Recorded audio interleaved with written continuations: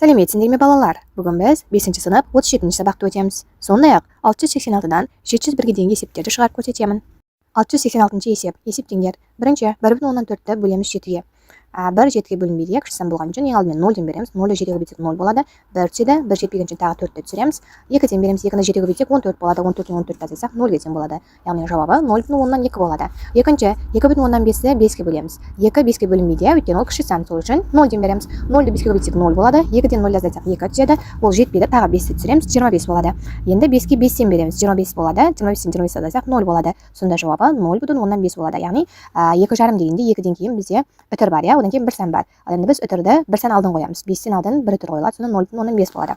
Үшінші, 2,7-ні 9-ға бөлеміз. 0-ден береміз, 0 болады. 2 түседі, тағы 7 түседі. 3-тен береміз, 27 болады. 27-тен 27-ні азайтсақ 0 болады. Осылайша жауабы 0,3-ге тең болады. Яғни 1 үтір алдын 1 сан алдын үтір қойылады, өйткені үтірден кейін 1 сан тұр. Қалғандарды дәл осылай орындалған 4-ші, 5-ші, 6-ші, 7, 8, 9, 10, 11, 18-ге дейінгі есептер бар, осы есептерді дәл осылай шығарамыз.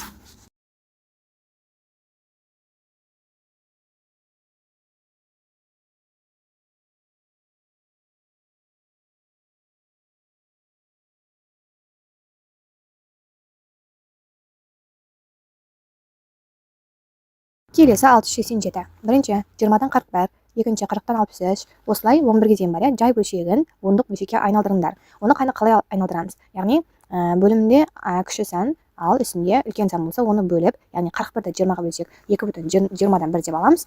Енді астындағы бөлімін біз ондық бөлшекке айналдыру үшін 20-ны 5-ге көбейтеміз. Үстінде 5-ге көбейту керек, сонда 20-ны 5-ге бөлсек 100 болады, 1-ді 5-ге бөлсек 5 болады, сонда 2,105-ің 2,05 болып жазылады. Екінші, 40-тан 63, 63-ті 40-қа бөлсек 1,40-тан 23 болады.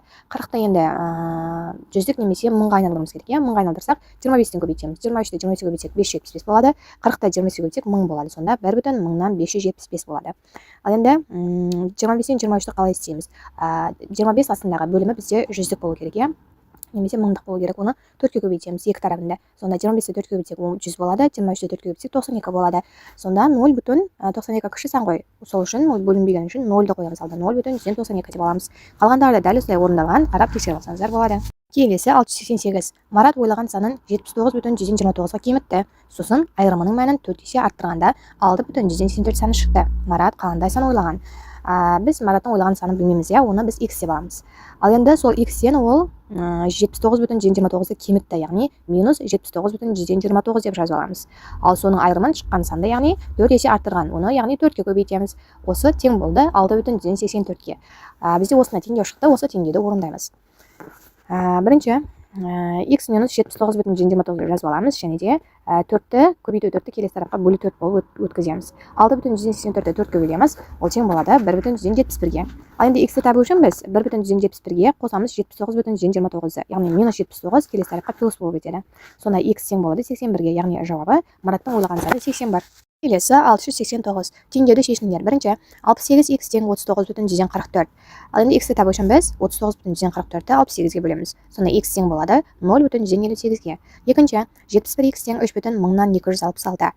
X-ті табу үшін біз 3,266-ны 71-ге бөлеміз. Сонда x тең болады 0,46-ға.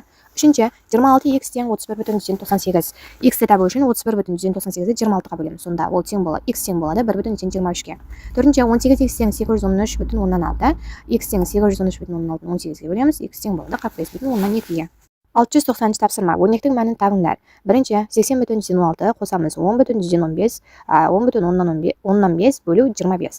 Бірінші бөлуді орындаймыз, 10,15-ті 25-ке бөлсек 0,42 болады. Оны 80,16-ға қоссақ 80,58 болады. Келесі, екінші, 200,2-ден азайтамыз, 5,104-ті бөлеміз 36-ға. Бірінші бөлуді орындаймыз, 5,104-ті 36-ға бөлсек 0,14 болады. 200,2-ден 0,14-ті азайтсақ 200,106 болады. Үшінші, 119,6-ны бөлеміз 13-ге, 9,2 болады. 9,2-ден 5,182-ні азайтсақ 3,158-ге тең болады. Келесі 691. Өрнектердің мәндерін салыстырыңдар. Бірінші, 14,7-ні бөлеміз 35-ге және 36,56-ны 55-ті бөлеміз 85-ге осы екі өрнектің мәндерінің қайсы бірі үлкен немесе кіші, 14,7-ні 35-ге бөлсек 0,42 болады, ал 36,55-ті 85-ге бөлсек 0,43 болады. Бізде екінші тарап үлкен, екінші 25,41-ді бөлеміз 21-ге, 65,49 бөлеміз 59-ға. Яғни біріншісі 1,21 болады, екіншісі 1,11 болады. Яғни бұл жерде бірінші тарапы үлкен. Үшінші 125,475-ті 15-ге бөлсек 8,365 болады, ал 91,205-ті 17-ге бөлсек 5,365 болады. Бізде бұл жерде әрине бірінші тарапы үлкен болады. Төртінші 556,92-ні 42-ге бөлеміз 13,26 болады, 456,32-ні 32-ге бөлсек 14,26 болады. Бізде екінші тарапы үлкен болады. Келесі тапсырма 692. Өрнектің мәнін табыңдар. Бірінші 0,136-ны бөлеміз 9-ға. Одан кейін қосамыз 2,155-ті көбейтеміз 16-ға, азайтамыз 32,16-ны бөлеміз 402-ге. Бірінші бөлу орындалады, мінекей төбесіне жазып қойдым мен. Екінші көбейту, үшінші бөлу, төртінші қосу амалы, бесінші азайту амалы орындалады. Бірінші бөлу амалы орындалған кезде 0,4 болады. Екінші көбейту амалы орындалған кезде 40,8 болады. Үшінші бөлу амалы орындалған кезде 0,8 болады. Кейін біз қосып азайтқан кезде жауабы 40,76-ға тең болады. Екінші, үшінші, төртінші есептерде дәл осылай орындалған, қарап тексеріп алсаңыздар болады. Келесі тапсырма 693. Теңдеуді шешіңдер. Бірінші 8x плюс 42,15 тең 44,175-ге. Енді біз 8x-ің өзін жазып аламыз, және де плюс 42,15-ті келесі тарапқа минус етіп өткіземіз. Сонда 44,175-тен 42,15-ті азайтсақ 2,16-ға тең болады. Ал енді біз x-ті табу үшін осы 2,16-ны 8-ге бөлеміз. Сонда x тең болады 0,325-ге. Екінші 31,14-тен азайтамыз 5x-ті тең 0,52 болады. Енді 5x-ті жазып аламыз, келесі тарапқа өткіземіз, және де 0,52-ні минус етіп келесі тарапқа өткіземіз. Сонда 31,14-тен 0,52-ні азайтсақ 30,62 болады. Ал енді x-ті табу үшін осы 30,62-ні 5-ге бөлеміз, сонда x тең болады 6,124-ге. Үшінші, төртінші теңдеулерде дәл осылай орындалған, қарап тексеріп алсаңыздар болады. Келесі 694-ші тапсырма. Жай бөлшекті ондық бөлшекке айналдырыңдар.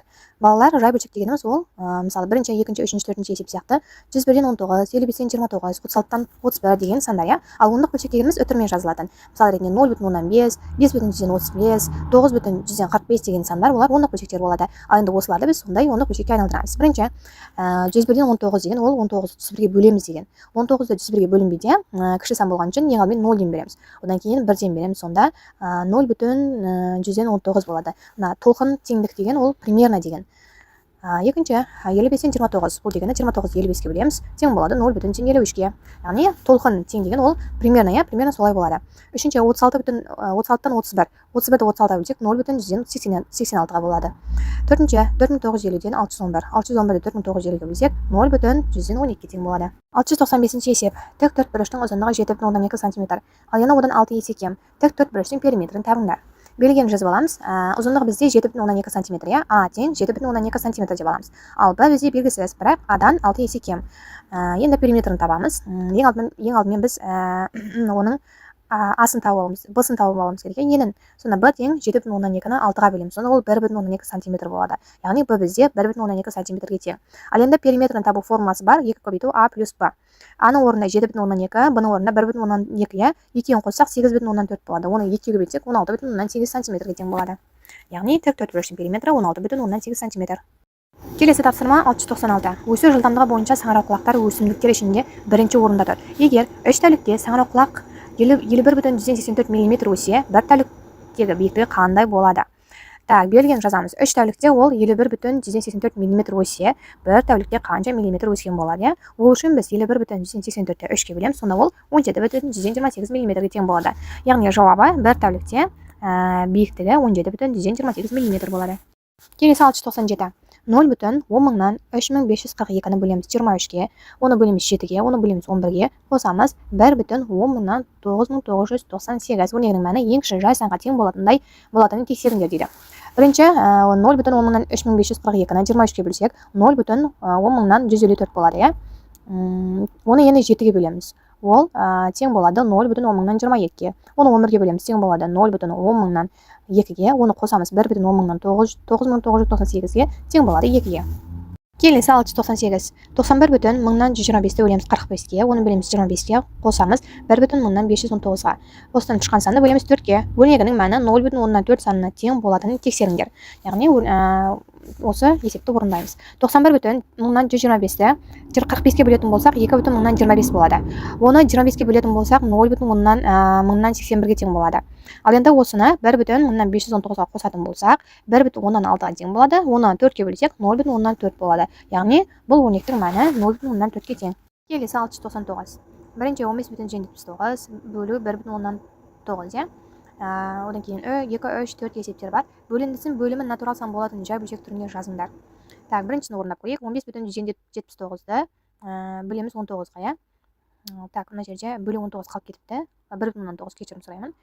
Сонда бірінші жай бөлшекке айналдырып аламыз. 1579-ды 100-ге бөлеміз, оны бөлеміз, 19-ды 10-ға бөлеміз. Яғни 19-ды 10-ға бөлсек 1,9 болады. Ал 1579-ды 100-ге бөлсек 15,79 болады. Бөлуде қысқарту үшін біз көбейтіндіге айналдырамыз. Сонда 1579 бөлу 100 көбейту 19-дан 10 болады. 100 бен 10-ның 1 нөлі қысқарады. Сонда төбеде 1579 қалады, бөлінісінде 190 қалады. Екінші, үшінші, төртінші есептерде дәл осылай орындалған. Бірінші жай бөлшекке айналдырып, одан кейін көбейтіп, қысқартырып, жауабын шығарамыз. 700-ші есеп. Бірінші 17,18, 3,45, 0,328, 425, бүтін 10-36, 74,6, 10-лық бөлшегін қандай санға көбейткенде нәтижесінде натурал сан шығады.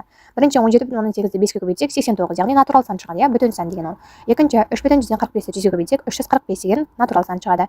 Үшінші 0,325-ді 1000-ға көбейтсек 328 деген натурал сан шығады. Төртінші 425,136-ды 100-ге көбейтсек 42,536 деген натурал сан шығады. Бесінші 74,6-ны 1000-ға көбейтсек 74,006 деген сан шығады.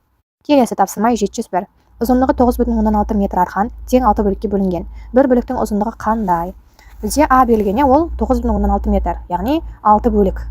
6 бөлігі 9,16 метр. Ал енді осының бір бөлігін табу үшін, яғни бір бөлігі қанша метр, Оны табу үшін біз 9,16-ны 6-ға бөлеміз. Сонда 1,16 метр болады. Яғни жауабы бір бөлігі 1,16 метр.